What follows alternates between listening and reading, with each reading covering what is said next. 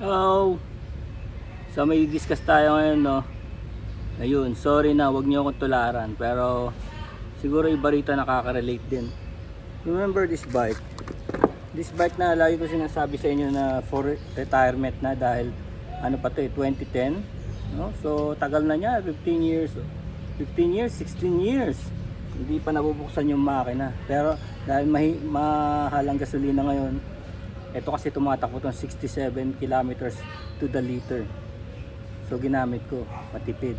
Balagi natin ginagamit yung 200, yung 135, di ba? Medyo malalakas sa gas yun. Yung 135 is ano yun? 4 valve, 38 to the liter na lang yun.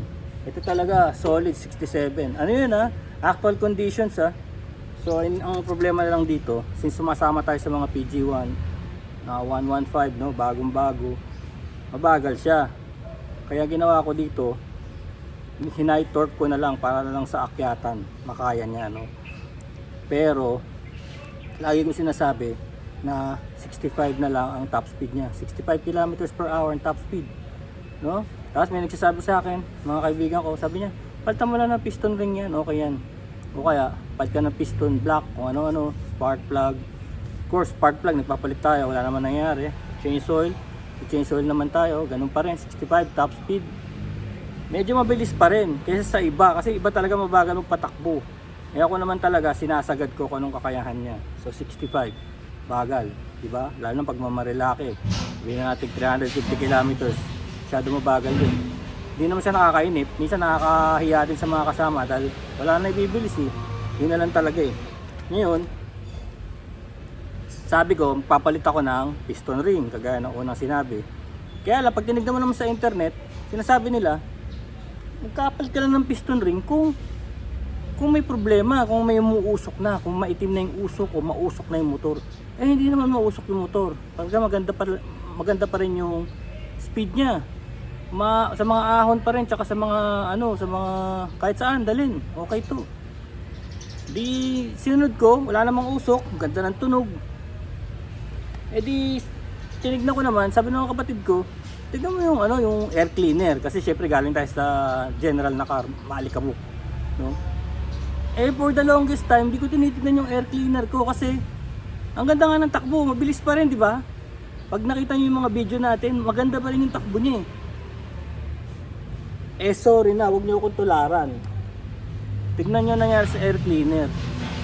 Siguro na to, siguro may 10 years na ganito na. Tignan nyo,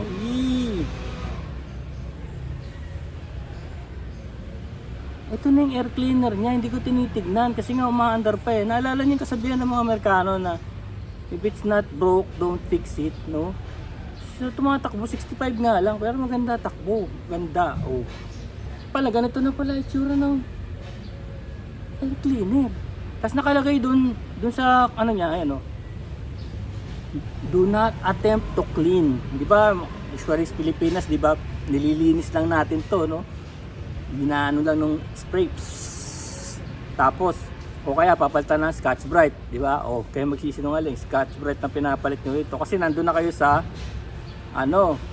sa gumagawa. So, wala nang attempt na bumili pa. So, nangyayari, nililinis na lang talaga. Nakalagay dito, do not attempt to clean. Kalagay dun sa box, sa air box. Eh bumili naman talaga ako, meron naman replacement. Kamukha rin ang itsura niya. 100 lang. 100 lang pala, no? Tapos alam mo pag ginawa ko, di syempre nag-change oil ako. Of course, mandatory nag-change oil ako. Dahil yung oil nga parang cappuccino na nga rin Hindi naman actually tinamaan ng tubig, no? Pero sa sobrang grabe naman kasi sa nakar, no? So naalala nyo, one time meron tayo ditong leak. Dito, may lumalabas dito sa top cover ng makina. Pawis lang naman. So, bumili rin ako, wala rin naman 100 something lang din goma. Yan. Peltan ko rin yung goma niya. Tatanggalin mo lang yung 2 bolt dito sa taas, so peltan ko yung goma. Eh di nag-seal, wala nang leak. Bumalik yung power niya. Mula dun sa 65 naging 80 na. Doon sa highway Sa highway lang, ibig sabihin bibilis pa yun pag rektahan na talaga, no? Bibilis pa kung marilakik. Kasi naging problema niya, bumilis na uli. Hindi naman na ready yung preno ko para sa ganung kabilis, sa 80. Kasi nagbalit ako ng tires eh. Tingnan mo yung mga tires oversize oh. Ano yan, parehas 110, 110 harap, 110 likod. So bumigat siya.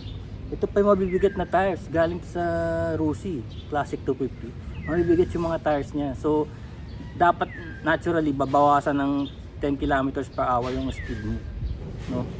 So naging hindi naman handa yung braking system ko kasi nga pumilis yung makina. Pero ibig ko sabihin, air cleaner lang pala at saka yung goma. Kasi nga pala yung system na yan, di ba pressurized yan? Pressurized sa loob yan eh. May compression sa loob yan eh.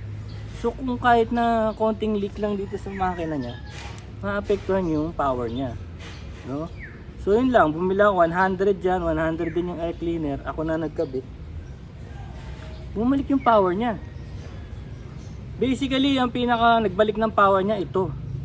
Hindi pala siya makahinga.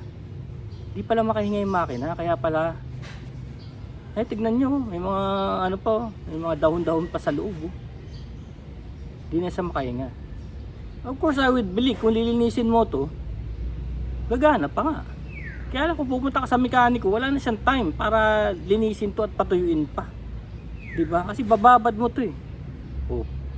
Eh bibili ka 100 lang. Oh, 100. Tapos ang problema, bumalik yung power niya.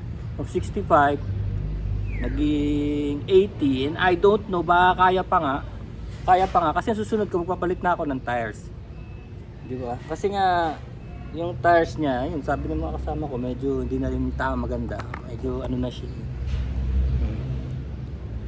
may spikes pa naman, pero yun, papalit na ako ng tires kasi baka epic na yung susunod namin gagawin with this bike, with the PG1 riders, no?